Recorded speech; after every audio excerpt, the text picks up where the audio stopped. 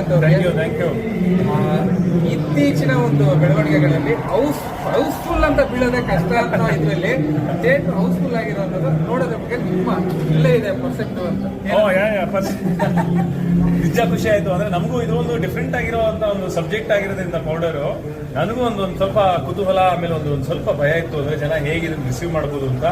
But first show full ಆಗಿತ್ತು, ಇವಾಗ second show ಕೂಡ ಹೌಸ್ಫುಲ್ ಆಗ್ತಾ ಇದೆ. ನಮಗೆಲ್ಲ ಇಡೀ ಟೀಮ್ಗೆ ಎಲ್ಲರಿಗೂ ತುಂಬಾ ಸಂತೋಷ ಇದೆ, ಖುಷಿ ಇದೆ. ಇನ್ನು ಮುಂದೆ ಕಾದ್ ನೋಡಬೇಕು, ಇನ್ನ ಬೇರೆ ಬೇರೆ ಭಾಗದಲ್ಲಿ ಅಂದ್ರೆ ಕರ್ನಾಟಕದ ಬೇರೆ ಬೇರೆ ಜಾಗದಲ್ಲಿ ಹೇಗೆ ಈ ಸಿನಿಮಾನ ರಿಸೀವ್ ಮಾಡಿದ್ದಾರೆ ಅಂತ ಕಾದ್ ನೋಡಬೇಕು. ಸೊ ದಿಗಂತ್ ಅವ್ರಿಗೆ ಹೊಸ ಸ್ಟಾರ್ ಪಟ್ಟ ಕೊಡ್ತಾ ಇದಾರಂತೆ, ಏನಿರ್ಬೋದು ಪ್ರಕಾರ? ಇಲ್ಲ, ನನಗೇನು ಆತರ ಸ್ಟಾರ್ ಪಟ್ಟ ಇರಬೇಡ. ಕನ್ನಡ ಸಿನಿಮಾಗಳು, ಒಳ್ಳೆ ಸಿನಿಮಾಗಳು, ಕನ್ನಡ ಜನ ಬಂದು ಅದನ್ನ ಗೆಲ್ಸಿದ್ರೆ ಸಾಕು. ಎಂಟರ್ಟೈನಿಂಗ್ ಸ್ಟಾರ್ ಅಂತ ಕೊಡ್ತಾ ಇದ್ದಾರೆ. ಹೇಳಿ ಸರ್, ಜನಗಳ ಮಧ್ಯೆ ಕೂತ್ ನೋಡಿದಂತ ಎಕ್ಸ್ಪೀರಿಯನ್ಸ್ ಹೇಗಿತ್ತು? ಅದೇ ನಾವು